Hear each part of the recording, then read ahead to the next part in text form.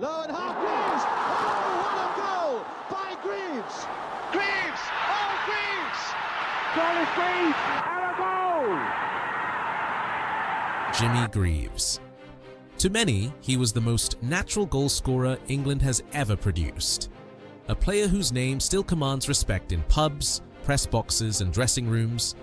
But behind the numbers, behind the headlines, was a man whose life was shaped just as much by what he lost as what he achieved. He lit up stadiums, broke records, and carried the hopes of a nation. But he also suffered in silence, battled addiction, and spent years in the shadow of a game that moved on without him. This is the story of brilliance and heartbreak, of fame, failure, and quiet redemption. If you're drawn to the stories behind the headlines, the moments that shaped legends and broke them, subscribe. These aren't just football stories, they're human stories. And this one is Jimmy Greaves. Jimmy Greaves was born in East London in 1940 in a country at war and a family of modest means. Like many working-class boys of the era, football was more than a pastime. It was an escape. From an early age, Greaves showed an uncanny instinct in front of goal.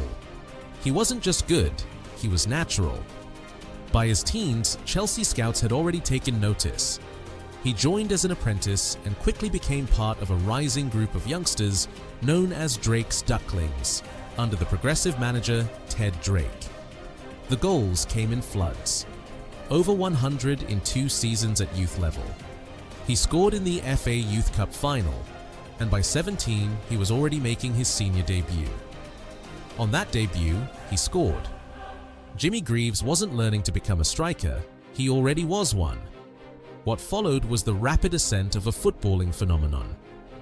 In 1961, after terrorizing English defences with Chelsea, Jimmy Greaves made a bold move abroad, signing with AC Milan. At just 21, he was one of the first English players to take on Italian football, lured by prestige and challenge. On the pitch, he delivered. 9 goals in 12 appearances. But off it, Greaves struggled. The discipline of Italian football clashed with his free-spirited nature. He clashed with coaches, missed home, and grew restless. After just a few months, the experiment ended. He returned to England and joined Tottenham Hotspur. It was there that his legend was truly forged. Greaves became the heartbeat of a golden Spurs side. He won 2 FA Cups, a European Cup Winners' Cup, and set scoring records that stood for decades. His style was effortless, graceful yet lethal. But even in these glory years, shadows were forming. The pressure, the fame, and the first signs of the battle he'd fight in silence for years to come. By 1966, Jimmy Greaves was at the peak of his powers, England's top striker, feared across Europe, and central to Alf Ramsey's World Cup plans. He started the tournament with the weight of expectation on his shoulders, but fate intervened. A nasty gash to his leg in the group stage ruled him out of the quarter-final. In his place, Geoff Hurst stepped in, scoring a hat-trick in the final and becoming a national hero. England lifted the World Cup. Greaves watched from the sidelines. He didn't play another minute. There was no winner's medal, no parade in his name. At the time, only those who played in the final were awarded medals. For years, Greaves spoke little about it, but privately, it cut deep. He once said, "I lost my place through injury and never got it back. That was the hardest thing." The country celebrated. But for Jimmy, that summer marked the beginning of a slow unraveling. After the World Cup heartbreak, Jimmy Greaves tried to move forward. He kept scoring, moved to West Ham United, and continued playing into his early 30s. But something had shifted. The joy was fading.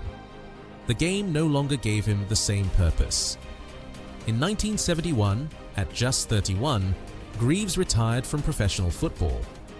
He later admitted it was a decision made too early, one he would come to deeply regret. Without the routine, the spotlight, or the roar of the crowd, he felt unmoored. He ventured into business, but nothing filled the void. The drinking, which had been part of the football culture, turned into something darker. By the mid-1970s, Greaves was drinking heavily, 20 pints a day followed by vodka at home. He kept bottles by the bed, unable to start the morning without one. "I lost the whole of the 70s, he once said. "Gone. I was completely off the rails." Alcohol robbed him of his health, his fortune, and nearly his family. It aged him rapidly, mentally and physically. By the end of the decade, he was living in a small flat, selling jumpers to get by. Jimmy Greaves, the footballing genius, had hit rock bottom. In 1978, after years of chaos and near self-destruction, Jimmy Greaves made a decision that would save his life. He stopped drinking. It wasn't dramatic. There was no press conference, no grand gesture, just a man who had finally had enough. The road to recovery was not easy. There were relapses. He spent time in a mental institution. But slowly, painfully, he pulled himself back from the edge. He called himself a non-drinking alcoholic, a label that acknowledged the lifelong nature of the struggle. But this time, he stayed sober. In the 1980s and 90s, Greaves returned to the public eye, not as a footballer, but as a broadcaster. Alongside Ian Street John, he hosted Saint and Greavesy, a show that combined analysis with humor and warmth. Audiences loved it. His wit, honesty, and everyman charm resonated with fans old and new. Greaves didn't hide from his past. He joked about it, reflected on it, and owned it. The bottle had nearly taken everything, but it hadn't taken him. Redemption didn't come in the form of medals. It came in self-respect, resilience, and the ability to look back without flinching. In later life, Jimmy Greaves faced another brutal test. In 2012, he suffered a serious stroke. He recovered, but it left its mark. Then, in 2015, a second stroke struck. This one far more severe. It left him unable to speak and dependent on care. For a man once defined by his sharpness, of mind, of feet, of wit, it was a cruel blow. Yet even then, those close to him spoke of his resilience, his quiet determination to fight back. In 2021, he received an MBE for his contribution to football, long overdue recognition for a man who had given so much to the game. Then, on the 19th of September that same year, Jimmy Greaves passed away at home. Fittingly, it was the same day Tottenham faced Chelsea, the two clubs that had shaped his career. Both sides held a minute's applause. Fans of all generations rose to honor a man whose name still echoed through English football. Jimmy Greaves was gone. But the silence was filled not with sadness, but with respect, memory, and gratitude. The news of Jimmy Greaves' passing sent a ripple through the footballing world. Tributes poured in from fans, former teammates, and public figures. Prime Minister Boris Johnson called him a goal-scoring legend and one of the greats of English football. Gary Lineker described him as possibly the greatest striker this country has ever produced. And from Harry Kane, Tottenham's modern-day icon, came a simple, heartfelt message: a true legend. But Jimmy's legacy goes beyond goals and glory. He leaves behind his beloved wife, Irene, 4 children, and a growing family of grandchildren and great-grandchildren. To them, he wasn't a footballer. He was a husband, a father, and a fighter. His story reminds us that greatness doesn't come without cost, and that redemption is possible even after the darkest chapters. Jimmy Greaves lived through fame, pain, addiction, and recovery, and he did it all with humility. In the end, that's what made him unforgettable.